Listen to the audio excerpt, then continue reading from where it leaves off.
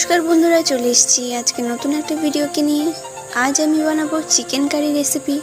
आपनादेर जोदि भिडियोटी भालो लेगे थाके एकटा लाइक करबेन, कमेंट करबेन और आमार चैनलटिते नतून हये थाकले आमार चैनलटिके सबस्क्राइब करबेन।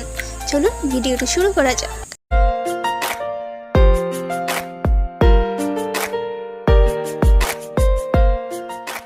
रेसिपिटी बानानोर जोन्नो प्रथमेई आमी चिकेनटिके भालो करे धुए नियेछि।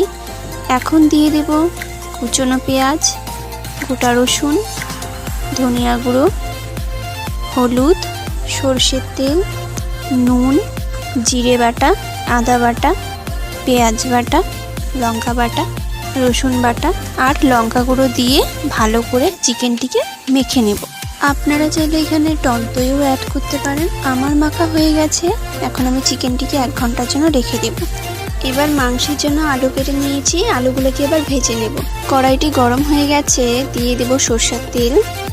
তেলটি গরম হয়ে গেলে আলুগুলো দিয়ে তাতে অল্প নুন আর হলুদ দিয়ে ভালো করে ভেজে আলুগুলি তুলে নেব।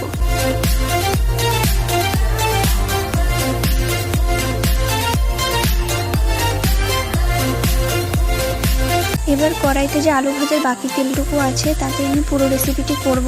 তো তার জন্য আমি দিয়ে দিচ্ছি সাদা জিরে, তেজপাতা, গরম মশলা গুঁড়ো। আপনারা চাইলে গরম মশলাটা বেটে রান্না শেষেও দিতে পারেন, আমি আগে দিয়ে দিচ্ছি। সব কিছু হালকা নাড়িয়ে নেওয়ার পর চিকেনটি আমি দিয়ে দেব।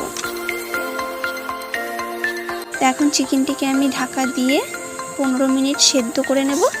নিচ্ছি, দেখুন উপর দিয়ে তেলটুকু ছেড়ে দিয়েছে। আরও কিছুক্ষণ ভালো মতো নাড়িয়ে ঝোলটা পুরোটা শুকিয়ে যাওয়া অবধি আমরা অপেক্ষা করব। দেখুন মাংসটা আমার খুব সুন্দরভাবে কষানো হয়ে গেছে। এবার আমি আলুগুলো দিয়ে আরও ভালো মতো সব কিছু মিশিয়ে নিয়ে পরিমাণ মতো জল দিয়ে দিব। জলটা দিয়ে খানিকক্ষণ সেদ্ধ করার পরে আমি কয়েকটা কাঁচা লঙ্কা দিয়ে দিব। এটা অপশনাল, আপনারা চাইলে স্কিপ করে দেবেন। যেহেতু আমাদের বাড়িতে সবাই ঝালের পরিমাণটা একটু সবাই বেশি পছন্দ করে, তাই আমি গোটা কাঁচা লঙ্কা দিয়ে দিচ্ছি। ঝোলটা প্রায় শুকিয়ে গেছে, আমার মাংসটা খুব ভালোভাবে সেদ্ধ হয়ে গেছে। তো এবার আমি নামিয়ে নেব। দেখুন বন্ধুরা, আমার চিকেন কারি রেসিপি একদম রেডি। আপনাদের যদি আমার রেসিপিটি ভালো লেগে থাকে তাহলে আমার চ্যানেলটিকে সাবস্ক্রাইব করবেন আর ভিডিওটি ভালো লেগে থাকলে একটা লাইক করবেন, কমেন্ট করবেন আর শেয়ার করে দেবেন। তাহলে দেখা হচ্ছে আবার একটি নতুন ভিডিও নিয়ে।